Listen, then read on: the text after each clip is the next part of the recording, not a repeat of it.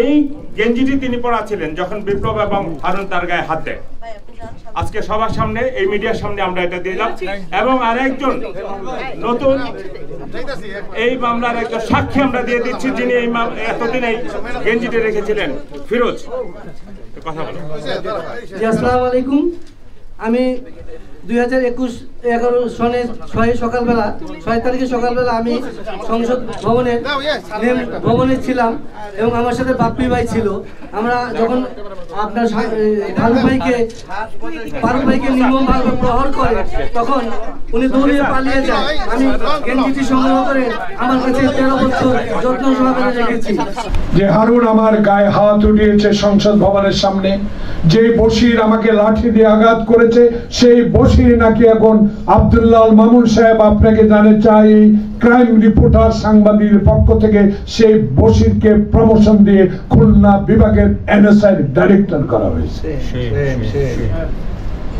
দুঃখ, অনেক দুঃখ। সে দুঃখ লাঘব করবেন এই বিশ্বাস আমার আছে। প্রিয় ভাইরা, দেশ তো কোথায় গিয়েছে বলার দরকার নেই।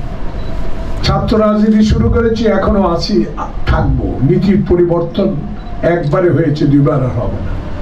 দেশ কোন দিকে যাচ্ছে? যে দেশের সরকারের কাছে কোড বলে ওবায়দুল কাদের দেশ কি করে ছাড়লো, সেই সরকারের উপদেষ্টা বলে আমরা তো জানি না উনি দেশে ছিলেন। তাই সরকারের উপদেষ্টা, আপনি এখনো 18 কোটি মানুষ আপনার সাথে আছে। ডক্টর ইউনূসের মতো বিশ্ববিজয়ী লোক আপনার সাথে আছে। খুঁজে বার করা উচিত ছিল আকা কোথায় ছিল, বিপ্লব মেহেদী কোথায়, হারুন কোথায়, কারা বর্ডার পাস করলো।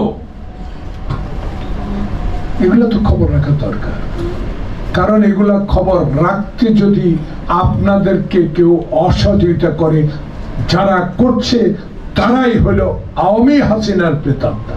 তাহলে তারা এখনো কেন আছে? এখনো মুক্তিযুদ্ধ বিষয়ক সচিব কি করে চাকরি করেন আমি জানতে চাই।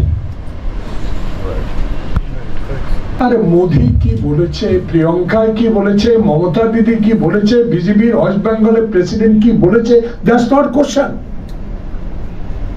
কোশ্চেন হলো খালি পায়ে হাফ প্যান্ট পরে যুদ্ধ করেছি। সার্জেন্ট জরুল হক ইকবাল হল থেকে যখন ঘোষণা শুনেছি শহীদ প্রেসিডেন্ট জিয়াউর রহমানের কণ্ঠে, সেদিন ছাত্রলীগ কি আওয়ামী লীগ কি কিছুই বুঝি নাই। কিন্তু বন্ধুরা, যারা আওয়ামী লীগের মুক্তিযুদ্ধের দাবিদার, যে শেখ হাসিনা শহীদ প্রেসিডেন্ট জিয়াউর রহমানকে বলে রাজাকার, তার কবর উত্তর প্লাজা থেকে সরিয়ে নেওয়া হবে। বন্ধুরা আমার, সেই শহীদ জিয়া এই হাসিনাকে রাজনীতি করার অনুমতি দিয়ে দেশে ফেরত এনেছে। 7 দিন পর চট্টগ্রামে সার্কিট হাউসে শহীদ জিয়াকে আত্মহত্যা দিতে হয়েছে।